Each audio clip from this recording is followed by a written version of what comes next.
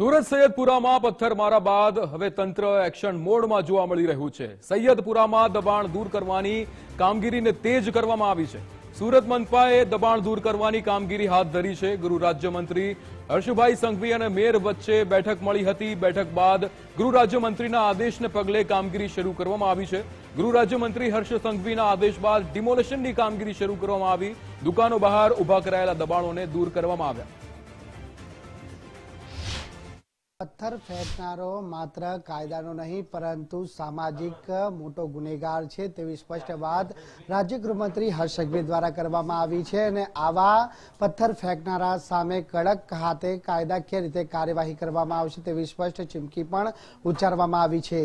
જે પ્રમાણે સુરતના સૈયદપુરા વિસ્તારમાં ગણેશ પંડાલ પર પથ્થરમારો કરવામાં આવ્યો અને શાંતિ ડહોળવાનો જે અસામાજિક તત્વો દ્વારા પ્રયત્ન કરવામાં આવ્યો તેને લઈને શહેર પોલીસ તરફથી કડક કાર્યવાહી તો કરવામાં આવી, પરંતુ તેની સાથે જે સ્થાનિક વિસ્તારની અંદર દબાણ ઉભા કરવામાં આવ્યા હતા તેની સામે પણ પાલિકા દ્વારા જે બુલડોઝર ચડાવવાની શરૂઆત કરી દેવામાં આવી છે। ત્યારે મેયર દક્ષેશ માવાણી સીધા આપણી જોડે જોડાયા છે, સીધી વાત કરીશું તેમના જોડે। મેયરજી, સૌપ્રથમ તો આ કાર્યવાહી શરૂ કરવામાં આવી છે, કયા અનુસંધાન? આ કાર્યવાહી 15 થી 20 દિવસ પહેલા મેં સંકલન બેઠક બોલાવી હતી।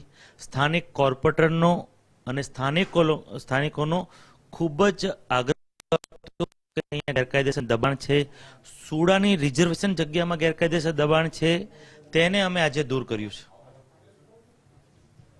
ગઈકાલે ઘટના બની, આ ઘટના બાદ છે તે કોર્પોરેશન પણ એક્શનમાં આવ્યું છે। રાજ્ય ગૃહમંત્રી જોડે પણ આપની બાબતને લઈને બેઠક થઈ। રાજ્યના ગૃહમંત્રી બાબતે સુરતની શાંતિ ડોળવાનો જે કોઈ પણ પ્રયાસ કરશે એને છોડવામાં નહીં આવ્યું। રાજ્યના ગૃહમંત્રીએ કડક આદેશ આપ્યો છે।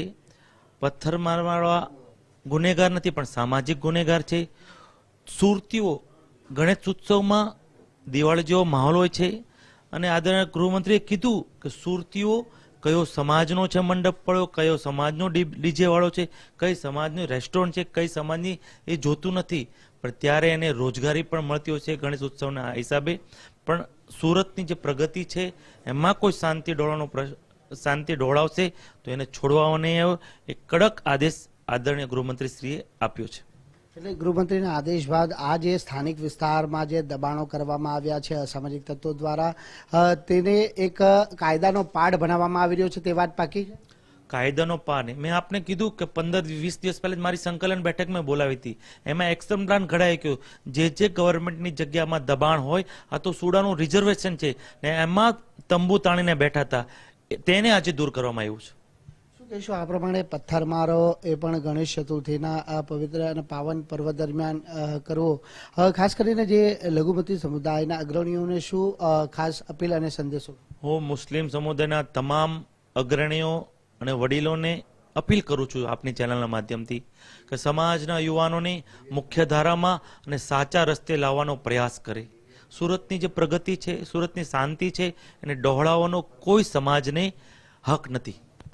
બિલકુલ, આ હતા મેયર દક્ષેશ માવાણી, જેમનું સ્પષ્ટ કહેવું છે કે સમાજની શાંતિ ડહોળવાનો પ્રયાસ કરનારા તત્વોને કોઈપણ રીતે સાખી નહીં લેવામાં આવે અને જે પ્રમાણે આજરોજ સૈયદપુરા વિસ્તારમાં જે દબાણો કરાયા હતા તેને દૂર કરવા માટેની કાર્યવાહી શરૂ કરી દેવામાં આવી છે, કારણ કે જે સુડાની જગ્યા ઉપર રિઝર્વેશનવાળી જગ્યા ઉપર આ દબાણો કરાયા હતા અને તેને લઈને અગાઉ 20 દિવસ પહેલે મળેલી સંકલન બેઠકમાં પણ આ દબાણો દૂર કરવા માટે નિર્ણય લેવાયો હતો, પરંતુ જે પ્રમાણે ગણેશ પંડાલ ઉપર પથ્થરમારાની આ ઘટના બની છે તેને લઈને આવા અસામાજિક તત્વો વિરુદ્ધ હવે કાયદાનો કોડો છે તે વીજવામાં આવ્યો છે। કેમેરામેન અક્ષય પાટીલ સાથે રાકેશ બ્રહ્મભટ્ટ, ગુજરાત ફર્સ્ટ, સુરત।